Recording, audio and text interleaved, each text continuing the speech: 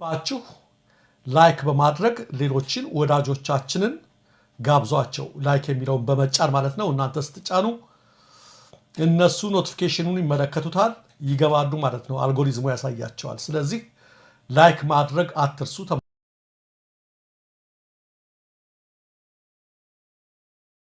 ሰላም ጤና ይስጥልን ተመልካቾቻችን ካንከር ሚዲያ ዝግጅት ክፍል ያክብሮት ሰላምታችንን እናቀርባለን በሰሞኑ ወቅታዊ ጉዳዮች እንደዚሁም በአገዛዙ የተለያዩ ባለስልጣናት እየተባሉ ያሉትንም መነሻ አድርገን ከአርበኛ ሞገስ አባራው የአማራ ፋኖ ብሔራዊ ንቅናቄ ሚኒሊክ እዝ የፖለቲካ ጉዳዮች ኃላፊ ጋር ቆይታ እናደርጋለን በጣም አመሰግናለሁ አርበኛ ሞገስ አመሰግናለሁ መሳይ እኔንም ስለጋበዝከኝ አብይ አህመድ በየሚዲያው እየሄዱ የሚናገሩት እናንተ የተመለከቱ ነገሮች አሉ ባጫ ደበሌም እንደዚሁ ቤተ መንግስት ባዶን ብታገኙት ራሱ መግባት አትችሉም አቅም የላችሁም የሚል ያነሳው ነገር አለ እሱ ላይ እንወያያለን የምጀምረው ከናንተ ወቅታዊ አቋምና ቁመና ጋር የተያዘ ነው ምን ላይ ነው ያላችሁት በአውደ ውጊያ በስልጠና በህዝባዊ ውይይት ምን ያከናወናችሁ ነው ያላችሁት እንደ አማራ ፋኖ ብሔራዊ ንቅናቄ የራሳችን ድርጅት አለ ይሄ ድርጅት የአማራ ህዝብ ትግልን በማስተባበር በመምራት የመሪነት ሚናውን በመወጣት አጠቃላይ በወታደራዊ በፖለቲካዊ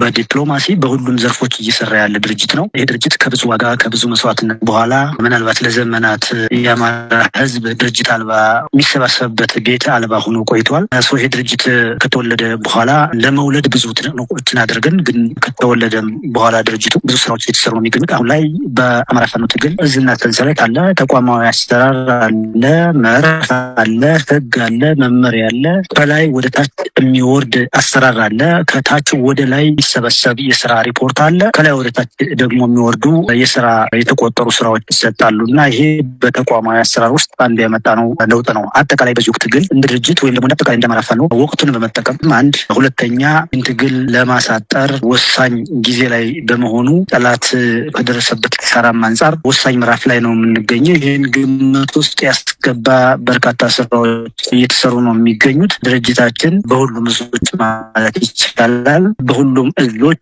ሰራዊታችን በወትሮ ዝግጁነትና በበቂ ቁመና ላይ ነው የሚገኘው በተለይ ደግሞ ወታደራዊ በኩል ወቅቱን የጠበቁ ስራዎች እንዲሰሩ እስካሁን ከተሰሩ ስራዎች የበለጠ ምናልባትም ወደ መጨረሻው ድል ሊወስደን የሚችሉ ዝግጅቶች የተደረጉ የሚገኙት ሰራዊታችን የወትሮ ዝግጁነት ሙሉ ቁመና ላይ በስልጠና በወታደራዊ አቅም በማድረግ አቋም በተኩስ አቋም እና በብዙ ሁኔታዎች በበቂ ቁመና ላይ ነው የሚገኘው ይሄ ጠላትን ለማጥቃት ጠላትን ለመደምሰስ የቀረውን የስርዓቱን ሰንሰለት ሙሉ በሙሉ በጥሶ ወደ መቃብር ለማውረድ በከፍተኛ ዝግጅት ላይ ነው የምንገኘው ብዙ ጉዳዮች ወታደራዊ ሚስጥሮች ስለሆኑ በተለይ ደግሞ ወታደራዊ ስራዎች በስራ ነው የሚገለጡት እና ብዙ ጉዳዮች በስራ የሚገለጡ ይሆናል እንደ ፖለቲካ እና እንደ አስተዳደር ዘርፎች በብዙ ስራዎች የተሰሩ ነው የሚገኙት ካሁኑ ነፃ የሚወጡና የወጡ አካባቢዎች ላይ የሲቪል አስተዳደር መዋቅሮች ጊዜያዊ መንግስት የምንላቸው ጊዜያዊ አስተዳደር የምንላቸው እነሱ እየተዘረጉ ነው የሚገኙት በሌላ መልኩ ደግሞ ነፃ በወጡና ነፃ በሚወጡ ቀጠናዎች አስቀድሞ እቅድ በማዘጋጀት ቅድመ ዝግጅት በማድረግ ሰፊ ስራዎች እየተሰሩ ነው የሚገኙት ወቅቱን ተጠቅመን በአጠቃላይ የሚሰሩ ስራዎች ላይ በትኩረት ድርጅታችን እዝና ሰንሰለቱን ተጠቅሞ እቅድ ከላይ ወደታች እየወረደና ከታች ደግሞ እየተናበበ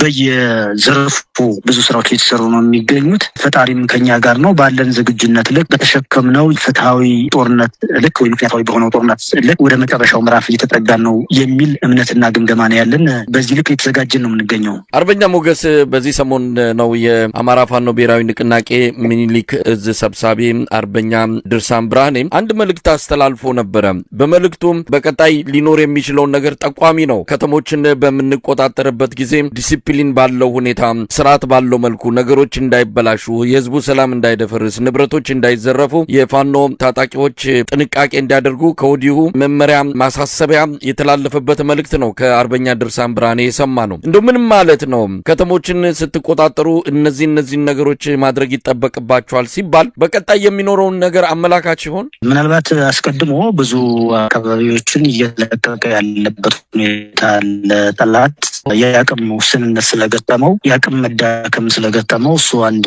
ነገር ነው ተጨማሪ ቀውስ ወይም ተጨማሪ ጦርነት ለመፍጠር ኃይሉን ወደ አንድ አካባቢ እያከማቸ ነው የሚገኘው ያለውን እንጥፍጣፊ ወይም የቀረውን ኃይል በፋኖ ተመቶ የተዳከመውን ኃይል ወደ አንድ አካባቢ እያሰባሰበ ነው የሚገኘው በዛ የድርጅታችን ሰብሳቢ የተላለፉ መልእክቶች በተለይ ተቋማትን ከመጠበቅ ጋር የተያያዘ አስቀድሞ ማለት ነው እንግዲህ ነጻ በሚወጡ ቀጠናዎች እና በወጡ ቀጠናዎች ወይም አካባቢዎች ሰራዊታችን ዲስፕሊን ያለው ስርዓት ያለው በመመሪያ የሚገዛ ሰራዊት ነው። በነገራችን ላይ ብቁ የሆነ ሰራዊት የተገነባ እና ስርዓት ያለው ለህልውና የሚታገል ህዝቡን የሚያከብር ሰራዊት ነው። አካባቢዎች መንግስት አልባ አስተዳደሮችን ማቋቋም እንደሚያስፈልግ የተሰጡ ማሳሰቢያዎች፣ በሌላ መልኩ እንደዚሁም ደግሞ ተቋማትን መጠበቅ ላይ የተሰጡ ማሳሰቢያዎችና አቅጣጫዎች አሉ። እሱ አጠቃላይ ከዙ ሰብሳቢ ከአርበኛ ድርሳን ብርሃኔ ጀምሮ እስከታች እስከ ሻለቃዎች፣ በዚሁ ደግሞ በትይዩ በሲቪል አስተዳደር በኩል እስከ ቀበሌና እስከ ወረዳ ድረስ እየወረዱ ያሉ መምሪያዎች አሉ። በእቅድ ነው የምንመራው። ዶች እየወጡ ከላይ ወደታችን የሚወርዱበት ሁኔታ አለ። በዚሁ አጋጣሚ ግን ጠላት በተለይ ቦታዎችን እየለቀቀ በአካባቢው የሚዘርፍ ኃይል እያሰማራ ፋኖ ዘረፈው ለማለት ተቋማትን ለማውደም ፋኖ ተቋማትን አወደም የሚል ፕሮፓጋንዳ ለመስራት እና ህዝቡን ሽብር ውስጥ ለመክተት የሚሰራቸው ስራዎች ስላሉ እሱን ለመቆጣጠር አስቀድመን የምንሰራቸው ስራዎች አሉ። እነዚህን በመከላከል ደረጃ ህዝቡ ነቅቶ ተቋማትን እንዲጠብቅ፣ አካባቢውን እንዲጠብቅ፣ ለፋኖ የኋላ ደጅን እንዲሆን እና ማንኛውንም መረጃ ለፋኖ እንዲሰጥ በእነዚህ ጉዳዮች ላይ ለህዝቡም ጭምር የተላለፉ ጥሪዎች አሉ። በሌላ መልኩ ሰራዊታችን የአማራን ህዝብ ህልው ካደረገ በኋላ ወይም የአማራን ህዝብ የህልውና አደጋ ከመከተ በኋላ አገር ለመጠበቅ ራሱን ያዘጋጀ ሰራዊት ስለሆነ ለግዳጅ ነው የሚንቀሳቀሰው። ስለዚህ አካባቢዎች እና ነጻ ቀጠናዎች በህዝብ አስተዳደር ወይም በጊዜያዊ አስተዳደር በዛ በልኩ እንዲተዳደሩ እና ተቋማት እንዲጠበቁ የተላለፉ መልእክቶች ይኖራሉ። ምናልባት እነዚህ ጉዳዮች እውነት ነው አመላካችነት አላቸው፣ ነገ ሊፈጠሩ የሚችሉ ጉዳዮች። አሁን እንደ ፋኖ የምንሰራው ነገር ወቅታዊ አስተላለፎችን እንገመግማለን፣ ቀጠናዊ ሁኔታዎችን እንገመግማለን። የራሳችን ዝግጁነት እንዳለ ሆኖ የራስ በቅነት እንዳለ ሆኖ እየተፈጠሩ ያሉ የጠላት አስተላለፎችን እና ሌሎች ኃይሎች አስተላለፎችን መሰረት በማድረግ የምንሰራቸው በስጋት ደረጃም ስጋቶችን ለመቅረፍ የምንሰራቸው ስራዎች ይኖራሉ።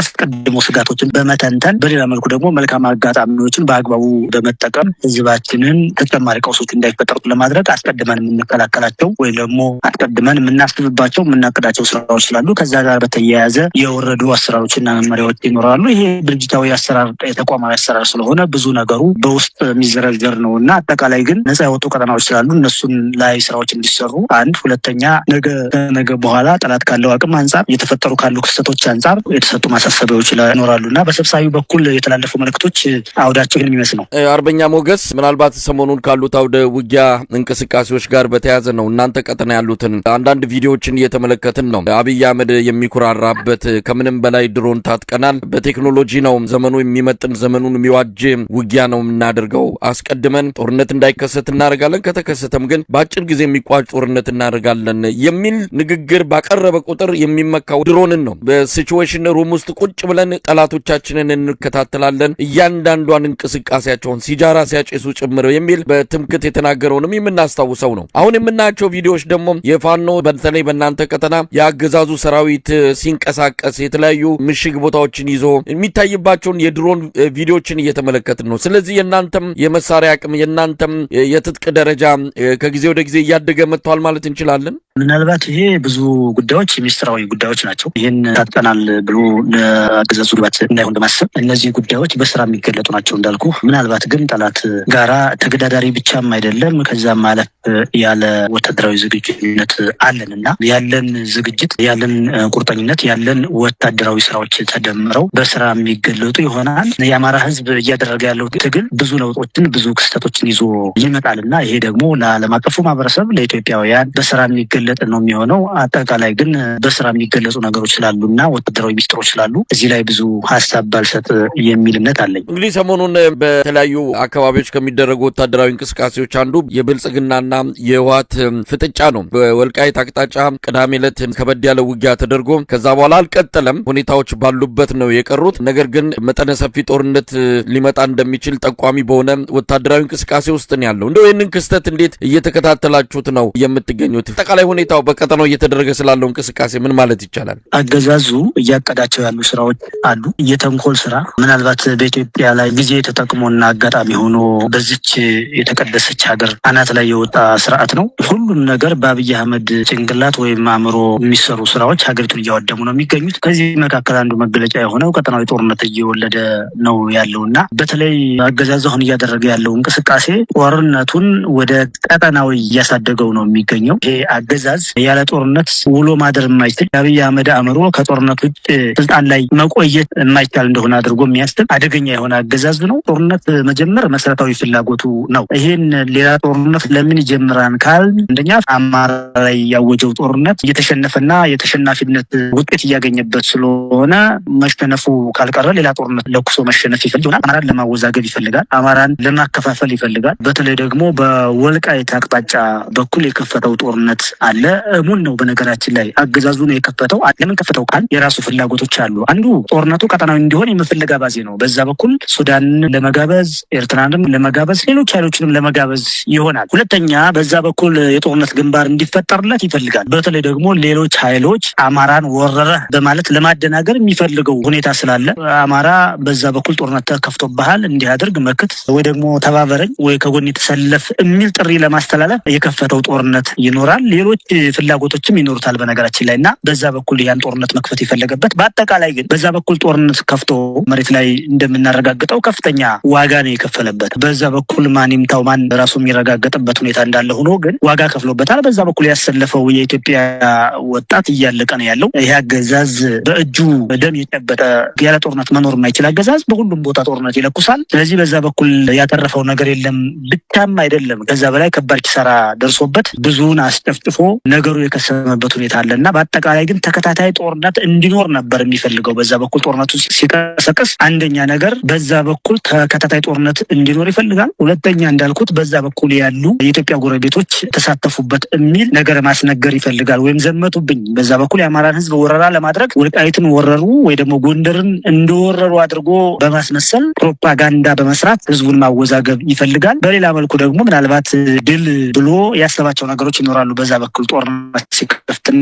ድል ሳይቀናው ኪሳራ ውስጥ ገብቶ በዚህ እናዝናለን። በነገራችን ላይ በዛ በኩል ያለ ኃይል ያደረሰበት ኪሳራ በጣም ከባድ እንደሆነ ነው መሬት ላይ እያረጋገጥን ያለ ነው እና ይሄ የኢትዮጵያ ሕዝብ በደንብ ሊገነዘበው ይገባል። የአማራ ሕዝብ እውነቱን ያውቃል። ማን ጦርነቱን በዛ በኩል የማድረግ ፍላጎት እንዳለው ማንንም ማደናገር አይችልም እና ምናልባትም በጣም ብዙ ማረጋገጫዎች አሉ። እንደ ዛሬ አሚኮ በሚባለው ያገዛዙ ልሳን በአማራ ስም በተሰየመው ያገዛዙ ልሳን ሚዲያ ወጥቶ ከተናገረ በኋላ እና ቃለ መጠይቅ ከሰጠ በኋላ ነው ያን ተከትሎ ነው በዛ በኩል ጦርነቱ የጀመረውና ነገር ግን ያሰበው አልሆነለትም። በአጠቃላይ በዛ በኩል ያሉ ሌሎች ኃይሎችም ወይም ደግሞ የተነኮሳቸው ሌሎች ኃይሎችም ያንን ግንዛቤ ውስጥ በማስገባት ብዙ ነገሮችን ቶለሬት እንዳደረጉ እናስባለንና የሆነ ሆኖ ግን አገዛዙ አሻጥር በመስራት ተንኮል በመስራት ወይ ደግሞ ተንኮል የሚለውን በሱ አቅም ተንኮል፣ አሻጥር፣ መጥፎ ተግባር ሁሉ ለሱ አቅም እና ጉልበት እንደሆነ ነው የሚያስበውና በዛ በኩል የከፈተው ጦርነት ራሱን አገዛዙን ኪሳራ ውስጥ አስገብቶታል። በሌላ መልኩ ደግሞ ሁሉም አማራ የነጣበት ሁኔታ ስላለ ያደናገረው ማህበረሰብ እንደሌለ ማረጋገጫ ነውና የሆነ ሆኖ ግን እያደረገ ያለው ጦርነት ሀገርን ወደ ጥፋት የሚያመራ ምናልባትም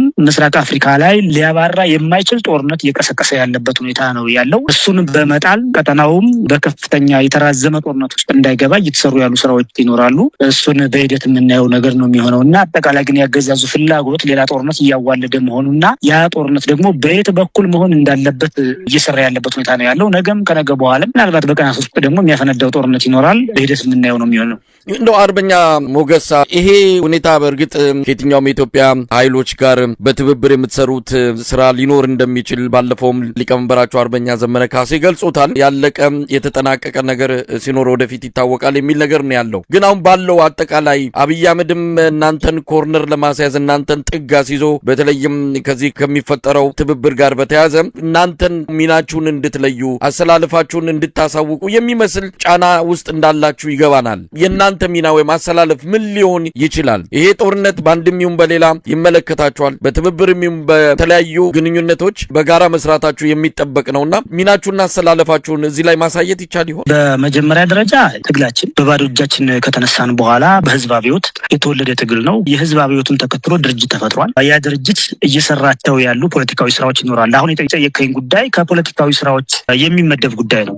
የፖለቲካ መምሪያ አለ፣ የፖለቲካ ዘርፍ አለ። እሱ ስራውን ይሰራል። የወታደራዊ ኃይሉ የሚሰራው ስራ እንዳለ ሆኖ የፖለቲካ ዘርፉ የዲፕሎማሲ ስራዎችን ይሰራል፣ የሚዲያ ስራዎችን ይሰራል፣ የአስተዳደራዊ ስራዎችን ይሰራል፣ የመንግስትነት ስራዎችንም ይሰራል እና ድርጅታችን እየሰራቸው ያሉ ስራዎች እንዳሉ ሆኖ በዋናነት እንደ ሁለት ሶስት ጉዳዮችን ለማንሳት ያህል የመጀመሪያው ነገር በዚህ በፖለቲካ ዘርፍ ውስጥ ወይ ደግሞ በዲፕሎማሲው ያገኘነው ትርፍ ምንድን ነው ከተባለ ለአማራ ህዝብ ጠላት ይበዛበት ነበር። ጠላት ቀንሰን ወዳጅ ማብዛት ችለናል። ይሄ የአማራ ህዝብ ለዘመናት ከበባ ውስጥ ውስጥ ሆኖ ቆይቷል። በጸረ አማራ ትርክት በተፈጠረ የአማራ ጠላትነት ትርክት ይህንን ከበባ በዲፕሎማሲ መስበር ችለናል። ጠቅለል ለማድረግ ያህል አማራ የነበረውን የከበባ ወጥመድ ሰብሯል። መቼ በፋኖ ትግል፣ መቼ በአሁን ባለው በዚህ ዘመን በሚታገለው የአማራ ትግል ማለት ነው። እና ይሄ መጀመሪያው ነገር ነው በዋናነት። ሁለተኛ በጸረ አማራ ኃይሎች የነበረውን የጄኖሳይድ እንቅስቃሴ ወይም የአማራን የማጥፋት እንቅስቃሴ መቀለበስ ተችሏል። እንዴት? የአማራ ኃይል በመፍጠር ዲፕሎማሲያዊ ስራ በመስራት የአማራን ህዝብ ጉዳይ ፍትሐዊነት በማንጸባረቅ ናሬሽን እንዲስተካከል በማድረግ ደረጃ ብዙ ነገር ተሰርቷል። እና እነዚህ መሰረታዊ ጉዳዮች ናቸው። ይህንን ተከትሎ ነው እየተፈጠሩ ያሉ ሁኔታዎች። ስለዚህ እኛ ውጤታችን አንዱ ከዲፕሎማሲና ከፖለቲካ አንጻር ስንለካው የመጀመሪያው ነገር አማራ የነበረውን የከበባ ወጥመድ እየሰበረ ያለበት ጊዜ ነው። ለምን? ጠላቶችን እየቀነሰ ስለሆነ፣ ወዳጅ እያበዛ ስለሆነ። ሁለተኛ በዚህ ወቅት ያለው አማራ በተከተለው ስትራቴጂ በገነባው አቅም ሌሎች ኃይሎች እየፈለጉ ለአጋርነት ወይ ለትብብር ሀሳባችንን ለኢትዮጵያ መዳኛ ወይም ለራሳቸው መዳኛ ጭምር እያደረጉ ያሉበት ሁኔታ አለ። ሌላውና ሶስተኛው መሰረታዊ ጉዳይ የአማራ ፋኖ ትግል 3 ዓመት ባደረገው ጦርነት 3 ዓመት ነው ጦርነት ያደረግነው ከአገዛዙ ጋር። ይሄ አገዛዝ ጋር ጦርነት እያደረግን ባለንበት ወቅት በዚህ 3 ዓመት ውስጥ ወይም በሌላ ህዝቦች ላይ ሊያደርስ የሚችለውና ያቀዳቸው በደሎች ሁሉ ወይም ደግሞ የመከራቸው ያወጣቸው እቅዶች ሀገር የማጥፋት ወይ ደግሞ ህዝብ የማጥፋት አካባቢ የማጥፋት የሆነ ብሔር የማጥፋት እቅዶች ወይም የሆነ ሀገር የማጥፋት እቅዶች እየከሰሙ እኛ ጦርነቱን ተሸክመን ለ3 ዓመት ከቆየም በኋላ ጦርነቱን የጀመርነው ለአማራ ህዝብ ትግል ነው። የአማራ ህዝብ እየታገለ ያለው ጉዳይ ግን ሌሎችን እያዳነ ያለበት። የአማራ ፋኖ ይህን ጦርነት መሸከም ባይችል ኖሮ አብይ አህመድ በዚህ 3 ዓመት ውስጥ ከባድ ጉዳት በማንኛውም ላይ ያደርሳል እና ቅድም ካልኩል የጦርነት ፍላጎት፣ የጦርነት አባዜ አንጻር፣ ሀገራችንነት አንጻር፣ ህዝብን የመጨፍጨፍ ፍላጎት አንጻር ብዙ ነገሮች ይከሰቱ ነበርና አቅም አጎልብተን ይህንን ጦርነት መከላከል በማቻላችን አንድ ሌላ ህዝቦች ከጥቃት መዳን ችለዋል። ይሄን ተከትሎ የአማራ ህዝብ ትግልን በበጎ ከማየት ባለፈ የጎሬጥ ያዩን የነበሩ በጥራትነት ያዩን የነበሩ ኃይሎች ወዳጅ ከመሆን ባለፈ እንደ ትልቅ ስኬት መወሰድ ያለበት ነገር ጠላት የምንላቸው የነበሩ ኃይሎች በሙሉ አገዛዙ ላይ ጠላት ሆነው የተነሱበት እየተኮሱ ያሉበት እና ለመተኮስ ጫፍ ላይ ያሉበት ሁኔታ ይሄ ለኛ እንደ ድል የምንቆጥረው ነው። እንዳልኩት ጠቅለል ለማድረግ የመጀመሪያ ለአማራ ህዝብ ጠላት መቀነስ፣ ወዳጅ የማብዛት ዲፕሎማሲውን ሰርተናል። ይህንን አገዛዝ ተባብሮ መጣል እንደሚያስፈልግ እና ኢትዮጵያን ለማስቀጠል ፋኖ ጋር ትብብር መፍጠር ወይም አጋርነት መፍጠር አስፈላጊ እንደሆነ ተረድተው የፋኖን ትግል ፍትሃዊ መሆኑን ከመመስከርና ከመቀበል ባሻገር ፋኖ ጋር መስራት አዋጭ እንደሆነ ለራሳቸው ሁሉና ለሀገር ቀጣይነት አምነው በዚህ ትግል ውስጥ የአማራ ፋኖን የፈለጉበት ሁኔታ አለ። እኛ በዋናነት የራሳችን የፖለቲካ ካልኩሌሽን ይኖራል። ድርጅታችን የራሱ የፖለቲካ አካሄድ አለው። ከዲፕሎማሲ አንጻር ከፖለቲካ አንጻር ምን መስራት እንዳለበት ያውቃልና እኛ ያሰመርናቸው የአማራ ህዝብ የህልውና ጥያቄ የምንላቸው የተዘረዘሩ ጥያቄዎች አሉ። እነሱን በሚመልስ መልኩ አንደኛ፣ ሁለተኛ ሀገሪቱን በሚያስቀጥል መልኩ እና የዚችን ሀገር ከመፍረስ መታደግ የዚችን ሀገር ቀጣይነት በዘላቂነት በሚያረጋግጥ መልኩ እየተሰሩ ያሉ የዲፕሎማሲ ስራዎች አሉና በአጠቃላይ ግን የአማራ ፋኖ በፖለቲካም በወታደራዊም በሁሉም ረገድ ትግሉ ሲገመገም ትርፋማ የሆነበት ሁኔታ እንዳለ ማሳያ ነው። እንግዲህ አርበኛ ሞገስ አብይ አህመድ በአማራ ቴሌቪዥን እንደዚሁም አሁን ደግሞ በኦሮሚያ ብሮድካስቲንግ ኔትወርክ ኦቢኤን ላይ ቃለ መጠይቅ ሰጥቷል በአማርኛና በኦሮምኛ ቋንቋዎች። እንግዲህ የኦቢኤኑ ሙሉን ባልተላለፈበት ጊዜ ላይ ነው የተገናኘ ነው። ነገር ግን አንዳንድ ከፕሮግራም ማስታወቂያው እንደተረዳ ነው አስገራሚ ነገሮች ሊሰሙ እንደሚችሉ ነው። በአማራ ማስ ሚዲያ ላይ የተሰማው ግን ጠቅለል ተደርጎ ሲገለጽ አሁንም አብይ አህመድ ለሽግግርም ሆነ ለሰላማዊ መፍትሄ እንዳልተዘጋጀ፣ አሁንም የሱን ሐሳብ የሱን አቋም ተቀብለው ሌሎች ይቅርታ ጠይቀው መሳሪያቸውን አስቀምጠው እንጂ በኢትዮጵያ የፖለቲካ ችግር አለ፣ ያንን የፖለቲካ ችግር መፍታት ይችላልን የሚል ቁርጠኛ አቋም ላይ እንዳልደረሰ አሁንም በበፊት አቋሙ ላይ እንዳለ ያሳየበት ነው። እናንተንም በተመለከተ የገለጸው ነገር አለ። በአማራ ክልል ለደረሰው መጠነ ሰፊ ሰብአዊ ቀውስ እናንተን ተጠያቂ አድርጓል። ብዙ ነገሮችን ያነሳው ስለ ፕሪቶሪያ ስምምነት፣ ስለ ወልቃይትና ራያ ጉዳይ ብዙ ነገሮች ከእናንተ ጋር በተያያዘ መልኩ ተነስቷል። እስቲ እንደው ቃለ መጠይቁን እንዴት አየው? የአብይ አህመድ የሰጠውን የአብይ አህመድ ቃለ መጠይቅ ለመስማት አንደኛ ጊዜ የለንም፣ ሁለተኛ ሰውን ጆን ማዳመጥ በራሱ አእምሮን ማዛግ ስለሆነ በጨረፍታ ለማየት ሞክረናል እና እኔም ለማየት ሞክር ያለሁኝ ለማለት ነው። ከሱ ቃለ መጠይቅ የገነዘብኩት አንደኛ ነገር የሰውየው ባህሪ እየተገለጸ የመጣበት ምናልባት የተወዛገቡ ሰዎች ቢኖሩ የአብይ አህመድ አገዛዝ ጥፋተኛ አገዛዝ መሆኑ ሰውየው የአእምሮ ላይ የሚያፈልቃቸው ነገሮች በሙሉ አውዳሚ መሆናቸው፣ ክፋት መሆናቸው፣ ሁሉም ነገሮች መጥፎ መሆናቸው ለህዝባችን የተገለጸበት ነገር ነው። ሁለተኛ ነገር ከሰጣቸው ሀሳቦች መረዳት እንደሚቻለው ፍርሃት ነው። ፍርሃቱ ምንድነው? እሱ ከመጣ ከመጣ በኋላ እየፈጠራቸው ያሉ ጦርነቶች አሉ። እሱ ራሱን እየለበለበው ነው ያለው። ከተጠያቂነት ሊያመልጥ የሚችልበት ሁኔታ የለም። በሌላ መልኩ እየፈጠራቸው ያሉ ቀውሶች ምናልባት ስልጣኑን ለመጨረሻ ጊዜ እየተፈታተነው መሆኑ ብቻ ሳይሆን እንደሚያስወግደው ተገንዝቦ በፍርሃት ቆፈን ሆኖ ሀሳቦችን የሰጠበት ሁኔታ ነው ያለው። ሶስተኛና መሰረታዊ ጉዳይ የአማራና የትግራይን ህዝብ ለማጋጨት የፈበረካቸው ሀሳቦች ናቸው። ይሄ ከዚህ ቀደምም የተለመዱ ሀሳቦች መድረክ ላይም ሚዲያ ላይም ፓርላማ ላይም ሲናገራቸው ከነበሩ ነገሮች ማስታወስ እንደምንችለው የአማራን ህዝብ በአንድ ምላሱ የአማራን ህዝብ የደገፈ በመምሰል በሌላ መልኩ ደግሞ የትግራይን ህዝብ የደገፈ በመምሰል ሁለቱም ህዝቦች ለመጋጨት በርካታ ስራዎችን ሰርቷል። አልተሳካለትም። በርካታ ሀሳቦችን ሰርዝሯል፣ ግን አልተሳካለትም። አሁንም ያንን ለማስቀጠል በዚህ ቃለ መጠይቅ የተረዳንበት ሁኔታ ነው ያለው። ይሄን የአማራ ህዝብና የትግራይ ህዝብ በአግባቡ ይረዳዋል። የአማራና የትግራይ ህዝብ ደግሞ በዚህ ወቅት የህልውና አደጋ ያለበት ህዝብ ስለሆነ እየተከተለ ያለው ስልት ስላለ ሌላ ኃይልን ለመመከት ወይ ደግሞ ሊያጠፋው አብይ አህመድ አጥፊው መሆኑን ተረድቶ አብይ አህመድን ለማጥፋት የተነሱ ህዝቦች ስለሆኑ ግልጽ ነገር ነውና በአጠቃላይ ግን አማራን የወገነ በማስመሰል ትናንት ባደረገው ጦርነት በአንድም በሌላ መልኩ አወዛግቦ ያሰለፈው ይኖራል። በእርግጥ ሊዘነጋ የማይገባው ነገር ሂሳብ እናወራርዳለን ያሉት እነ ጌታቸው ረዳ በወቅቱ የአማራን ህዝብ የሚያስቆጣ ንግግር በመናገራቸው በዛ ወቅት የነበረው አሰራር የአማራ ህዝብ ላይ የደረሰው በደል እሱ እንደ ምክንያት ሆኖ ከአብይ አህመድ ጎን በመሰለፍ በወቅቱ የተደረገው ጦርነት የማይዘነጋ ነገር ነው። የሆነው ሆኖ ግን ይህ አገዛዝ ያደረገው ነገር አሁን መልሶ ይደግምልኛል ብሎ ስላሰበ ወይ ደግሞ አሁን በሚደረገው ጦርነት ውስጥ የአማራን ህዝብ ከጎኑ ለማሰለፍ እየነጣጠረ እየከፋፈለ ትርክት በሚመስል መልኩ በተለይ ደግሞ በወልቃይትና ራያን እንድንወስድ ተሰጥቶናል፣ ነገር ግን አንተ ነህ ወይ ደግሞ የፌዴራል መንግስቱ ነው መስጠት ያልቻለው የሚል ናሬሽን ጭምር ነው ለመስራት የሞከረው እና ይሄ ህዝባችን ያውቀዋል ማን እንደሰጠ። በነገራችን ላይ ዋናው ጉዳይ አብይ አህመድ አማራን ለማወዛገብ አማራ ላይ ያለውን የፖለቲካ ሁኔታ የክፋት ጥጉን ለመስራት ሁለት ካርዶችን ይመዛል። እነዚህ ሁለቱም ካርዶች የተቃጠሉ ካርዶች ናቸው። አንዱ ካርድ የወልቃይትና የራያ የማንነት ጉዳዮች ናቸው ወይ ደግሞ መተከልን፣ ደራን እና ሌሎችንም ጨምሮ ሊሆን ይችላል። እነሱን ደራና መተከልን አያነሳቸውም። የራያና የወልቃይትን ጉዳይ ነው የሚያነሳው። ተነጣጥሎ የሚመለሱ ግን አይደሉም በመሰረታዊነት። ሁለተኛው የተቃጠለው ካርድ የሰኔ 15 ጉዳይ ነው እና እነዚህን ያነሳል። እነዚህን የሚያነሳው የአማራን ህዝብ አንደኛ ለመከፋፈል በማሰብ ነው። እርስ በርሳችን እንድንጋጭ፣ እርስ በርሳችን እንድንጠራጠር፣ እንድንከፋፈል በማሰብ ነው። ሁለተኛ የቀባቸው ፈንጆች ናቸው። ሲፈልግ ነው ያንን ማፈንዳት የሚፈልገው እና እንዳልኩት ግን እሱ ቀበርኩ ያለው የወልቃይትና የራያ ጉዳይ አንድ፣ ሁለተኛ የሰኔ 15 ጉዳይ ለእኛ የተቃጠለ ካርድ ነው። የአማራ ህዝብ እውነቱን ያውቃል። በሰኔ 15 ጉዳይም ማንገዳይ እንደሆነ ያውቃል። ህዝባችን ማን ያን ክስተት እንደፈጠረ ያውቃል። እሱ ሲፈልግ ለሌላ አካል መጠቀሚያ ያደርገዋል። ሲፈልግ ደግሞ የአማራን ህዝብ የሰጠ በማስመሰል ዋና ፍላጎቱ በተለይ ደግሞ የራያና የወልቃይትን ጉዳይ የአገዛዙ ዋና ፍላጎት የራሱ ክልል በማድረግ ለኦህዴድ ተገዥ የሆነ አስተዳደር መመስረት ይፈልጋል። እሱን ለማሰካት በፌዴሬሽን ምክር ቤቱ በኩል የሄደበትን ሂደት የሚታወቅ ነው እና ሌሎች ስልቶችን እየተከተለ ነው ያለው። ነገም ሊያደርግ የሚፈልገው የአማራ ፋኖ ትግል ስላለ እያሸነፍን ስለሆነ ይህ አገዛዝ ይወድቃል እንጂ መውደቅ ባይችል ግን ሊያደርግ የሚችለው ነገር በዋናነት የአማራን ህዝብ ጥያቄ ማዳፈን ነው የሚፈልገው። ሌላ ደግሞ በአማራና በጎረቤት ህዝብ መካከል ያለውን ድንበር ወይ ደግሞ ሌላ ክልል በመፍጠር ማለያየት ነው የሚፈልገው በዘላቂነት እና ይህን የማይረዳ አማራ የለም ብለን አናስብም። ሌላ የማይረዳ የለም ብለን አናስብም እና የአገዛዙ የክፋት ጥግ ወይ ደግሞ የአብይ አህመድ አገዛዝን ይህን አገዛዝ የሚመራው የአብይ አህመድ አገዛዙ ስንል የአብይ አህመድ ጭንቅላት ውስጥ ያለው ፍልስፍና ማለታችን ነው። ያ ፍልስፍና የክፋት ፍልስፍና፣ የመጥፎ ስብዕና ፍልስፍና፣ የማወዛገብ ፍልስፍና፣ የመከፋፈል ፍልስፍና፣ ሀገር የማውደም ፍልስፍና ማለታችን ነው። በእነሱ አባባል የመደመር ፍልስፍና የሚሉትና በአጠቃላይ ግን እነዚህን ካርዶች እየመዘዘ ለመጫወት ይሞክራል። ነገር ግን የተቃጠሉ ካርዶች ናቸው። እንዳየው ከሆነ በቃለ መጠይቁ ሁሉም ነገር ውድቅ ሆኖበታል። የሚያዳምጠውም የለምና እስከዚህ ድረስ ነው ያሉ ሁኔታዎች።